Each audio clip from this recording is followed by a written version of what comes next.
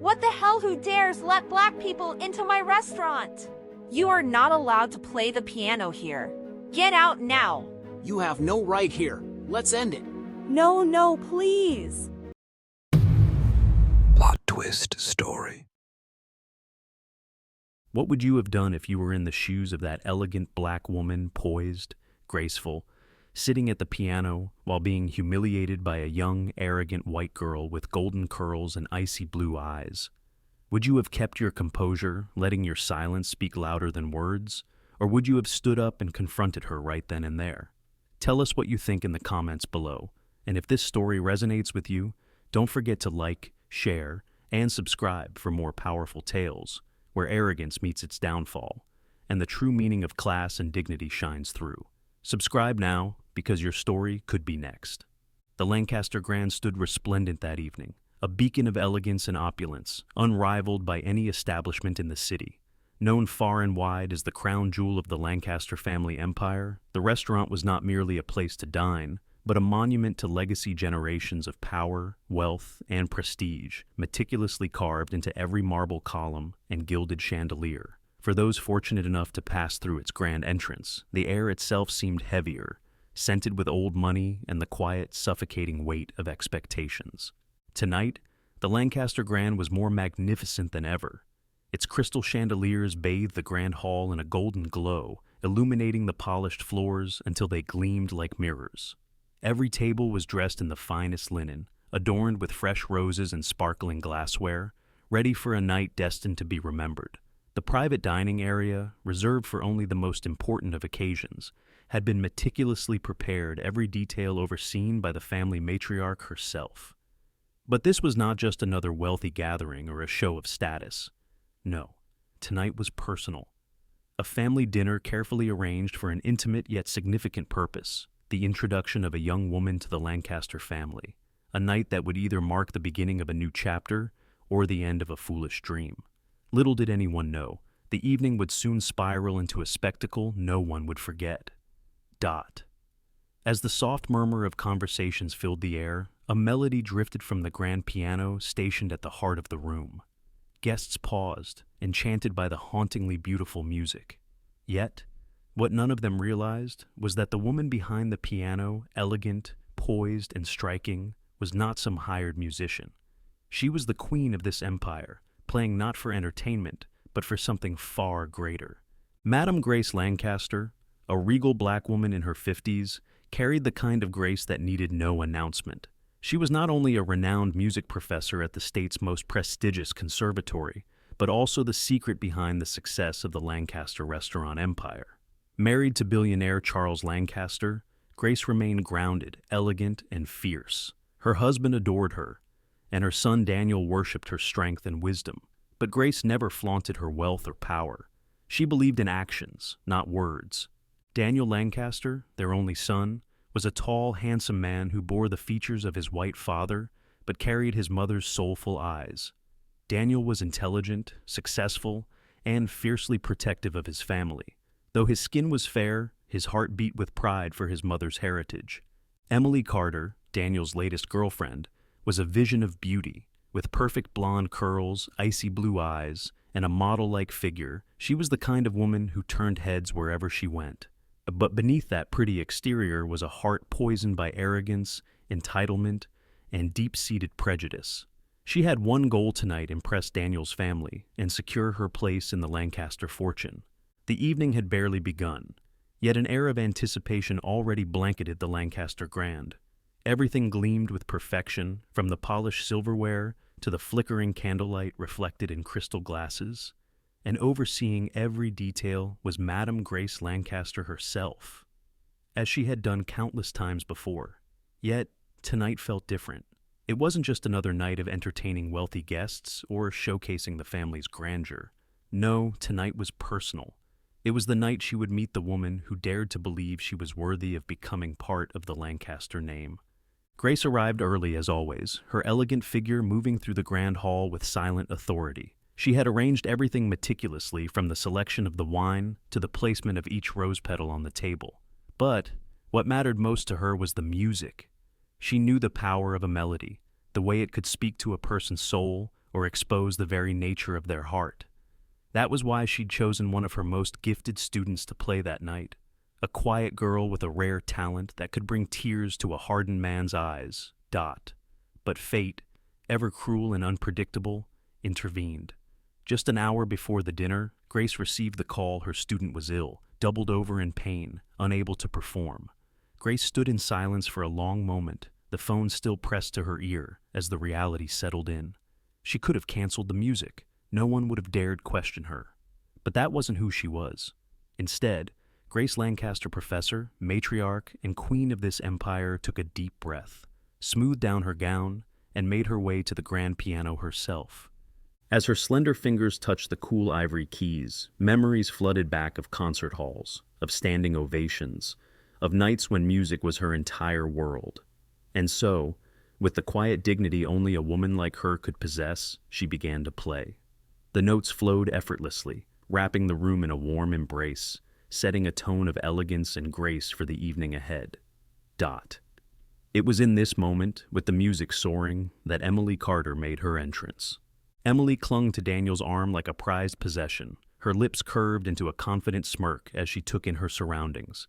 Her icy blue eyes gleamed with ambition as they scanned every inch of the grand restaurant, drinking in the wealth and power that oozed from every corner. In her mind, this was already hers. She could practically see herself seated at the head of the table, ruling over this kingdom of gold and marble. Daniel, ever the gentleman, smiled as he guided her towards their private table, reserved in the center of the hall. But before they could even sit, his phone buzzed urgently.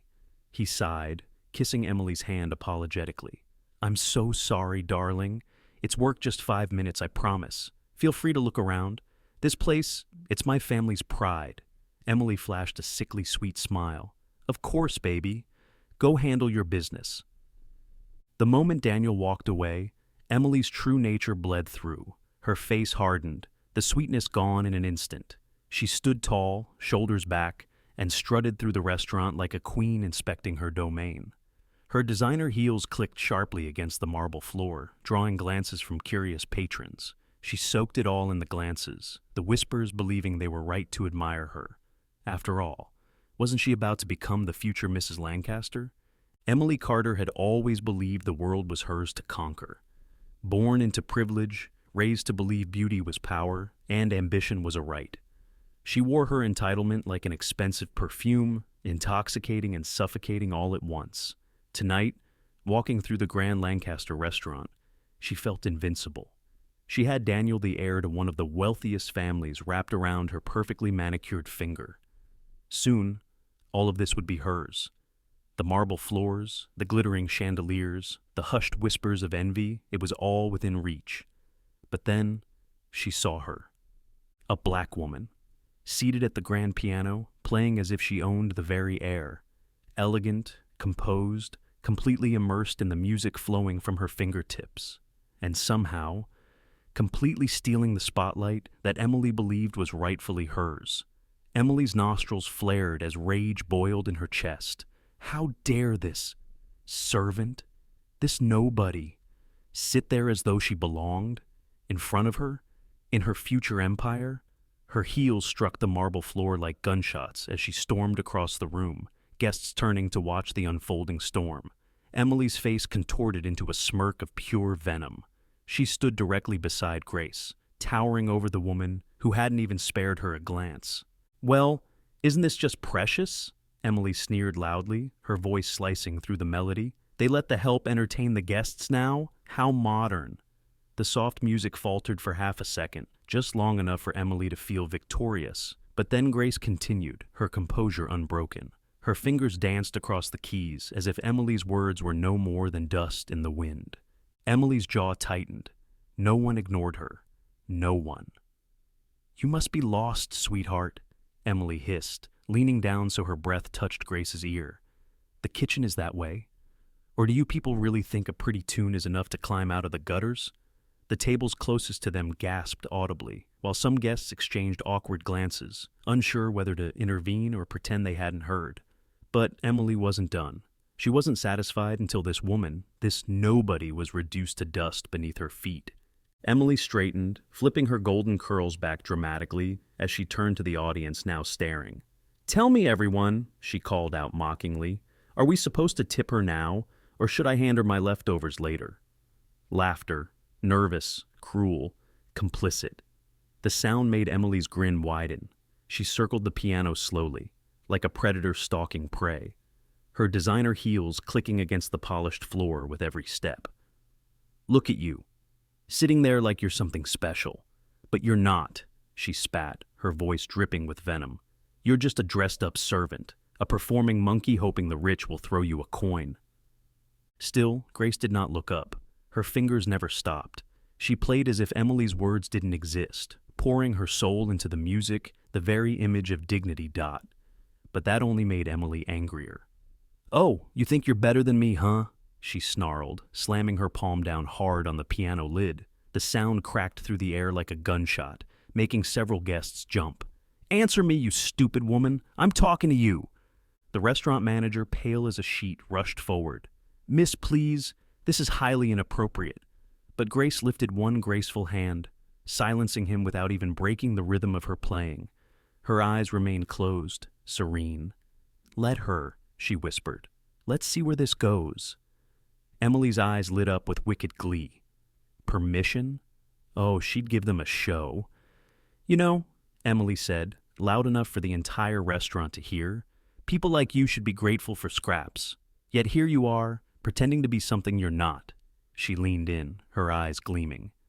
"Do you think playing a piano makes you one of us? Do you think it erases what you are?" Emily's words turned sharper, crueler, as she ranted without pause. "Your skin, your blood, your kind was born to serve. That's the natural order, sweetheart. No piano, no fancy dress is going to change that." The room fell deadly silent. Even those too cowardly to speak before now wore expressions of horror. But Emily, drunk on the sound of her own voice, pushed further. "I bet you were a maid once," she laughed cruelly. "Maybe still are, huh? Come on, admit it. You're good at scrubbing floors, aren't you?" Her words rang out like SL apps, each one designed to strip Grace of her dignity. But Grace remained unmoved, the very image of restraint, of power. That infuriated Emily beyond reason. "You think you're untouchable, don't you?" Emily hissed, slamming the piano lid again. "Maybe I should give you a reminder." Without warning, Emily reached out and grabbed Grace's wrist, trying to yank her hands from the keys. The restaurant gasped in unison. Several guests stood, torn between shock and action. The manager lunged forward. "Enough! That's enough!" "I said let me!" Emily shrieked, spinning on him with such venom he recoiled. She turned back to Grace, her voice dropping to a dangerous whisper. "You know what? I should make you crawl, right here, right now. Beg me for forgiveness, or I swear." Emily shoved the piano lid down, aiming to crush Grace's fingers, but Grace's hands were swift, pulling away just in time. Still, the brutal sound of wood slamming against ivory echoed painfully. "You think that'll save you?" Emily snarled. "You'll never be anything more than a maid in this world. I could have you fired with a snap of my fingers. Hell, I could buy you and make you scrub my toilets." Gasps. Tears. A few patrons whispered urgently for someone to call security. Others simply stared, frozen in disbelief. Emily turned toward the crowd, her arms wide. "Why is no one stopping me? Because you all know I'm right. She doesn't belong here." She pointed at Grace as if presenting evidence to a jury. "Look at her, sitting there pretending she's something. But deep down, you all see it, don't you? She's nothing." The silence was suffocating. The cruelty was overwhelming. But Grace sat still, her chin high, her eyes finally lifting calm, unreadable, and that enraged Emily the most. "Look at me when I'm talking to you!" Emily screamed, her voice cracking with rage. She lunged forward again, hands reaching for Grace's throat. That was the moment the manager couldn't take it anymore.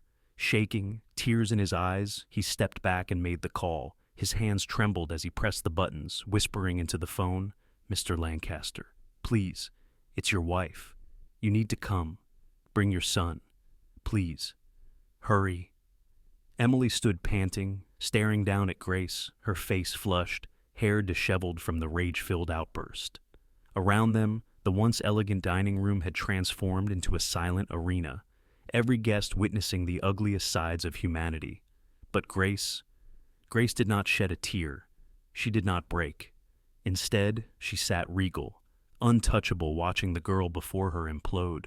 The quiet after Emily's tirade was deafening, and then, in the distance, footsteps. Heavy, powerful, inevitable. The storm was coming. Emily had no idea the game she started was about to end so brutally.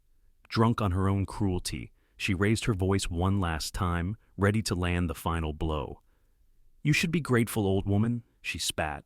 "Grateful someone like me even acknowledged your existence tonight."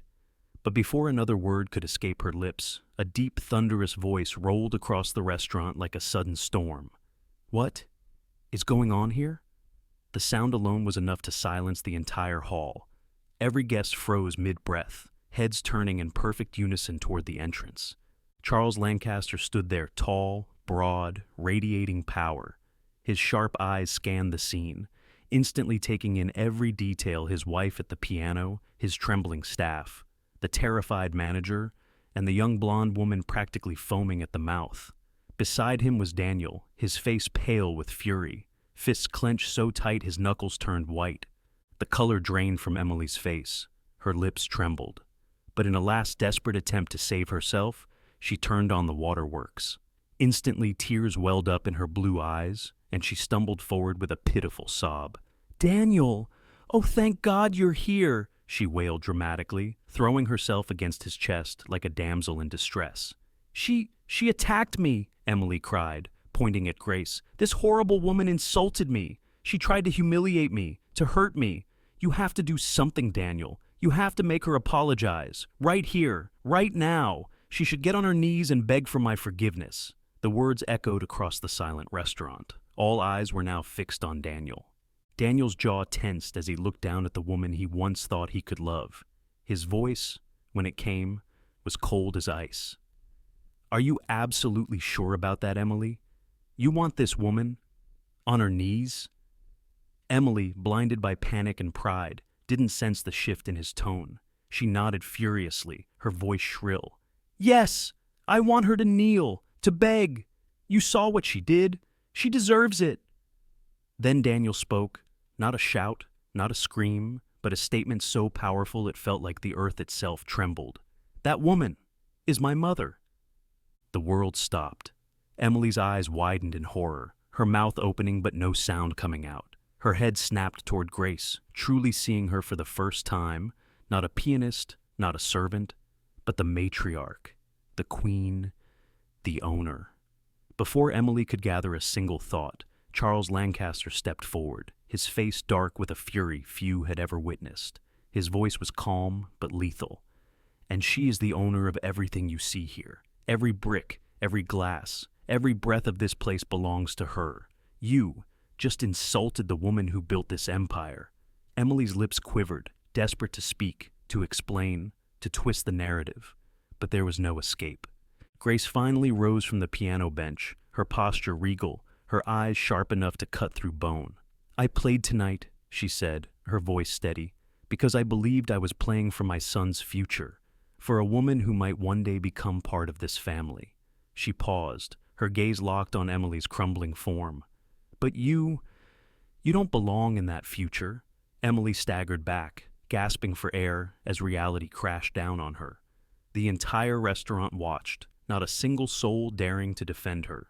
Because everyone knew she had just destroyed herself, and the worst part, no one pitied her, not even Daniel.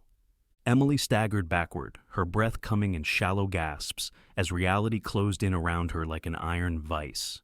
Her once flawless confidence had crumbled into sheer terror. The weight of every insult she had hurled, every cruel laugh she had let slip, now bore down on her with crushing force. Her chest heaved as she turned desperately to Daniel, pleading, "Baby, please, you don't understand. She was disrespecting me. You have to believe me." But Daniel's face was carved from stone. His eyes, once filled with warmth for her, were now cold, unrecognizable. He didn't say a word. He didn't need to. His silence was more damning than any insult. Charles Lancaster, ever the man of action, snapped his fingers. His voice, low and cutting, left no room for argument. Remove her, now, and ensure that her face is never seen in any Lancaster property again. The security guards, who had been watching the scene unfold in tense silence, immediately stepped forward. Emily shrieked, thrashing in their grip, her voice rising to a desperate, panicked wail. "No! You can't do this to me! Do you know who I am? I belong here. This is supposed to be my life." Her cries echoed through the grand hall, but the crowd merely watched, some in disgust, some in satisfaction, but none with sympathy. She turned, wild-eyed, searching for anyone who might come to her defense. The guests she had laughed with earlier, the ones who had smirked at her cruelty, now averted their eyes. No one wanted to be associated with a fallen queen. No one dared stand against the Lancasters. As she was dragged toward the entrance, her designer heels screeching against the marble floor, she caught one last glimpse of Daniel. He didn't look at her. He had already turned his back, his arm wrapped around his mother in a silent declaration of where his loyalty truly belonged. The massive doors of Lancaster Grand swung open, and with one final pitiful scream, Emily Carter was thrown out of the kingdom she had never been worthy of. Inside, the tension that had gripped the restaurant finally released, but silence lingered. Then, without a word, Grace walked back to the piano. She lowered herself onto the bench, exhaled softly, and placed her fingers upon the keys. The first note rang through the room soft, steady, unwavering, and then the music soared. It was not just a song, it was a statement. A melody woven from generations of resilience, of battles fought in silence, of dignity never surrendered. It told a story of power not the kind built on wealth or arrogance, but the kind earned through grace, perseverance, and quiet strength. Dot. And as the final note faded into the air, every person in that room understood. That night, Emily Carter didn't just lose a boyfriend. She lost everything: her future, her pride, her illusion of superiority. The tables she once looked down upon had turned, and the power she so desperately craved had slipped through her fingers like sand. But the real lesson was not for her. It was for the world. Power doesn't always roar. Sometimes it sits at a piano, waiting for the right moment to strike a single note. Class doesn't need to demand respect. It simply commands it by existing. And dignity? Dignity is knowing exactly who you are, even when the world tries to make you small. The person you mock today might own the ground you stand on. The servant in your eyes might be the queen you never saw coming. And the greatest revenge of all is letting your success be the final note. Grace Lancaster never needed to raise her voice. She never needed to fight. She simply played.